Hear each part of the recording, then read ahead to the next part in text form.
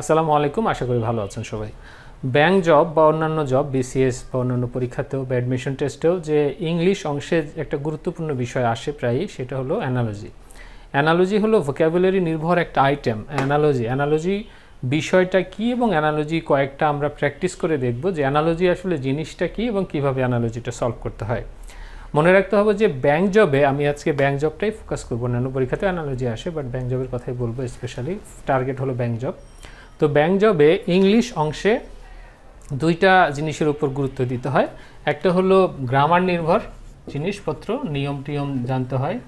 আর একটা হলো ভোক্যাব, মানে শব্দ, ভোক্যাবুলারি। তো ভোক্যাবুলারি রিলেটেড আইটেমগুলো বিভিন্নভাবে আসে, তার মধ্যে অ্যানালজি একটা। ভোক্যাবুলারি আইটেম অন্য শূন্যস্থানে হতে পারে, ওয়ার্ড সাবস্টিটিউশনও হতে পারে, আর অনেকভাবে সিনোনিম, অ্যান্টোনিম ইত্যাদি ইত্যাদিভাবে আসতে পারে।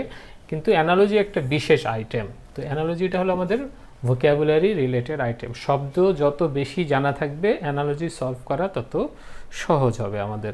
এই জন্য আমরা যখন অ্যানালজি সলভ করব, তখন শুধু সলভ করব না, সাথে সাথে যেগুলো ওয়ার্ডের মিনিং জানি না সেগুলোও জানবো, কারণ পরবর্তী কোনো প্রশ্নে আবার ওই একই ওয়ার্ড কাজে লাগবে। তার মানে আমাদের শব্দ ভাণ্ডারও আস্তে আস্তে বাড়তে থাকবে। তাহলে এটা আমাদের ভোক্যাব রিলেটেড প্রশ্ন। এখন আমরা দেখি অ্যানালজি জিনিসটা কি।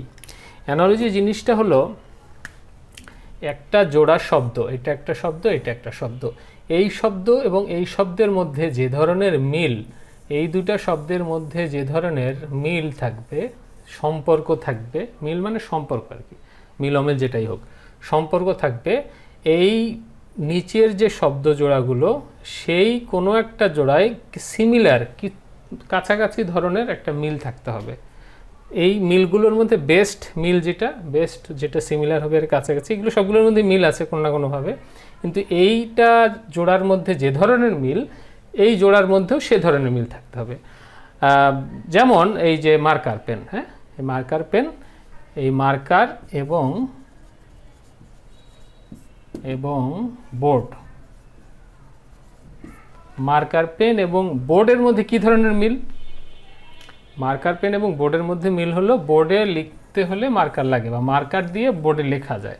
তাহলে এরকম যদি আরও অনেকগুলো জোড়া থাকে, যেই জোড়াটা এরকম যে এই পাশের একটা জিনিস যেইটা দিয়ে এই পাশের এই জিনিসটার উপরে লেখা যায় বা এইটাতে কাজ করা যায়, এরকম একটা জিনিস। তো হতে পারে এখানে হতে পারে যে পেন এবং আমাদের এক্সারসাইজ কপি মানে খাতা যদি বলি আমরা, তাহলে হতে পারে এরকম একটা কিছু, যে কলম এবং খাতার মধ্যে যেরকম সম্পর্ক, এই মার্কার এবং এই বোর্ডের মধ্যে ওই রকম সম্পর্ক। তাহলে ওই জোড়াটাই হলো আমাদের রাইট আনসার। অনেকগুলো থাকবে, আমরা দেখি এখন কি করা যায়। হিউম্যান এবং হার্ট। হিউম্যান মানে মানুষের, আর হার্টের মধ্যে সম্পর্ক কি? তার মানে মানুষের জন্য হার্ট একটা খুব গুরুত্বপূর্ণ একটা অর্গান বা অঙ্গ। মানুষের শরীরে, মানব শরীরে খুব গুরুত্বপূর্ণ একটা অর্গান হলো হার্ট। তার মানে এই দিকে হলো মানব শরীর, এটা হার্ট, অথবা এইদিকে অঙ্গটা, যে অঙ্গটা এই মানব শরীরের জন্য গুরুত্বপূর্ণ। অবশ্যই এই ধরনের অনেক কাছাকাছি জিনিস থাকবে, কিন্তু আমাদের বেস্ট খুঁজে বের করতে হবে। এখন এখানে দেখি আমরা টেইল এবং ডগ। টেইল এবং ডগ, টেইল হলো আর ডগ হলো এখানে দুইটা আমাদের শব্দ। এই দুটার মধ্যে ডগের টেইল থাকে, লেজ থাকে, তাই না? তাহলে ডগের লেজটা একটা গুরুত্বপূর্ণ অঙ্গ, হতে পারে গুরুত্বপূর্ণ, বাট হার্ট হিউম্যান বডির জন্য যতটা গুরুত্বপূর্ণ, নিশ্চয়ই টেইল ডগের জন্য অতটা গুরুত্বপূর্ণ না। দেখি আমরা পরেরটাও। চাইল্ড, একটা শিশুর জন্য হাত কতটা গুরুত্বপূর্ণ? অবশ্যই গুরুত্বপূর্ণ। শিশুর হাত থাকে, হাত অবশ্যই একটা গুরুত্বপূর্ণ অঙ্গ। কিন্তু হার্ট যেভাবে হিউম্যান বডির একটা মূল অংশ, হার্ট না থাকলে মানুষ বাঁচবেই না, সেই অর্থে এটা ওইরকম না।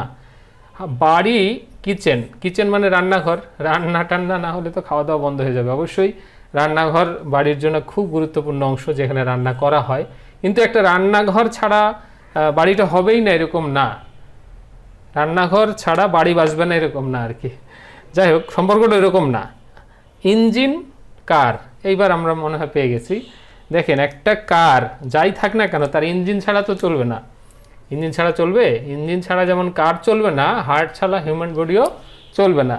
তার জন্য এইটা যেরকম হিউম্যান বডির জন্য যেরকম হার্টটা একেবারে ইঞ্জিনের মতো আমাদের সব সময় ধুক ধুক ধুক ধুক করে চলছে, ব্লাড সার্কুলেশন হচ্ছে, ঠিক সেরকম ইঞ্জিনটাও কারের জন্য একইভাবে গুরুত্বপূর্ণ। এই জন্য এই ইঞ্জিন এবং কারের মধ্যে যে সম্পর্ক, হার্ট এবং হিউম্যান বডির মধ্যে সিমিলার সম্পর্ক, এইটা হলো আমাদের রাইট আনসার। আশা করি বোঝা গেছে। পরে আরেকটা দেখি, হসপিটাল পেশেন্ট। হসপিটাল একটা জায়গা যেখানে পেশেন্ট রোগীদেরকে সেবা দেওয়া হয়। তাহলে হসপিটাল একটা প্লেস, আর ওখানে কারা আসে সেবা নিতে? রোগীরা সেবা পায় ওখানে, বা সেবা দেওয়া হয় তাদেরকে। তাহলে আমাদের এরকম একটা প্লেস লাগবে, আর যারা সেবা নিতে আসে তাদেরকে লাগবে। প্লেস হতে পারে, কোনো প্রতিষ্ঠান হতে পারে, যেটাই হোক আর কি। তাহলে স্পাউস মানে হাজব্যান্ড অথবা ওয়াইফ, এই কমনলি স্পাউস বলা হয় তাদেরকে, হাজব্যান্ড হোক আর ওয়াইফ হোক। স্পাউস এবং ডিভোর্স তো হাজব্যান্ড ওয়াইফের মধ্যে বিচ্ছেদ। তাহলে এই যে স্পাউস ডিভোর্স, এটা কি একই রকম সম্পর্ক? মানে হসপিটাল আর পেশেন্টের মতো যে ডিভোর্সরা স্পাউস এসে সুবিধা মানে সেবা পায় না, এরকম কোনো মিলই নাই এখানে। আর্টিস্ট ইমিটেশন মানে কপি টপি করা, নকল করা, বা একটু সিমিলার কিছু বানানো। একজন আর্টিস্ট ইমিটেশন করতে পারে, ঠিক আছে, কিন্তু এরকম প্লেস কোনো পিপল এসে সার্ভিস পায় এরকম কিছু না। কাউন্সিলর অ্যাডভাইস, এইটা অবশ্যই মিল আছে, মানে একজন কাউন্সিলরের কাজই হলো অ্যাডভাইস দেয়া, কিন্তু এখানে এরকম কিছু আমরা পাই নাই। অন্য ক্ষেত্রে এটা ঠিক হতে পারতো, এখানে হবে না। সুতরাং এটাও না। আমরা বুঝতেই পারতেছি। রেস্টুরেন্ট কাস্টমাররা যেরকম রেস্টুরেন্টে এসে খাবার খায়, মানে কোনো একটা সার্ভিস পায়, খাবার পায় তারা। রেস্টুরেন্টে কাস্টমারদেরকে সার্ভিস দেওয়া হয়, হসপিটালে পেশেন্টদেরকে সার্ভিস দেওয়া হয়। যদি এখানে হতো এরকম বাস প্যাসেঞ্জার হতে পারতো, এরকম আর কি, একই কথা। বাসে যেরকম প্যাসেঞ্জারদেরকে সার্ভিস দেওয়া হবে। এই দেখেন, বাসে উঠলে তার নাম প্যাসেঞ্জার, ওয়ার্ডগুলো খেয়াল রাখতে হবে যে কোথায় কোন শব্দটা ব্যবহার করতে হয়। তাহলে বাসে উঠলে প্যাসেঞ্জার, রেস্টুরেন্টে গেলে কাস্টমার, হসপিটালে গেলে পেশেন্ট, মানুষ কিন্তু একই। আমি যখন অসুস্থ, আমি যখন হসপিটালে যাই তখন আমি পেশেন্ট, মানে সার্ভিস নিতে গেছি। আমি যখন বাসে ওঠা দরকার বাসে উঠি, তখন আমার নাম হয়ে যায় প্যাসেঞ্জার, তাই না? আমি যখন রেস্টুরেন্টে খেতে যাই তখন আমার নাম হয় কাস্টমার। একই মানুষকে বিভিন্নভাবে, আমি যখন উকিলের কাছে যাই আমার নাম হয়ে যায় ক্লায়েন্ট। তো এইভাবে আমাদের জাস্ট ওয়ার্ডগুলো খেয়াল রাখতে হবে যে কী ব্যবহার করা হচ্ছে এখানে। আসেন আরেকটা প্রশ্ন সলভ করি। এই প্রশ্ন সলভ করার আগে একটা কথা বলি নেই, যে অ্যানালজি যখন আমরা সলভ করব তখন এই সম্পর্কটাকে সবসময় মাথায় রাখবো। এই যে প্রথম কোশ্চেনে যেটা থাকবে এই সম্পর্কটা, যেমন এখানে দেয়া আছে বটানি এবং প্ল্যান্ট। বটানি হলো উদ্ভিদ বিদ্যা, প্ল্যান্ট মানে গাছপালা, তাই না? তার মানে সম্পর্কটা কীরকম আগে নির্ধারণ করব, ওই সম্পর্কের ওই নির্ধারণের মতো করে বাকিগুলোকে চিন্তা করব। যদি মেলে তাহলে ওটা ঠিক আছে, না মেললে এটা বাদ, এটা নিয়ে আর বেশি চিন্তা করা যাবে না যে এর মধ্যে আবার আলাদা কী সম্পর্ক থাকতে পারে, ওটা পরের কথা। এই প্রশ্নের জন্য সেটা প্রযোজ্য না।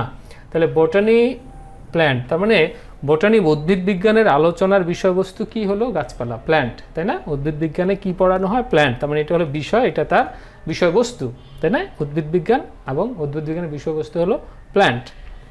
তাহলে ফ্রুট কি কোনো এরকম উদ্ভিদ বিজ্ঞানের কোনো বিষয় যার বিষয়বস্তু ফ্লাওয়ার, মানে ফলের বিষয়বস্তু ফুল, এরকম তো না। তার মানে এটা বাদ, বেশি চিন্তা করার দরকার নেই।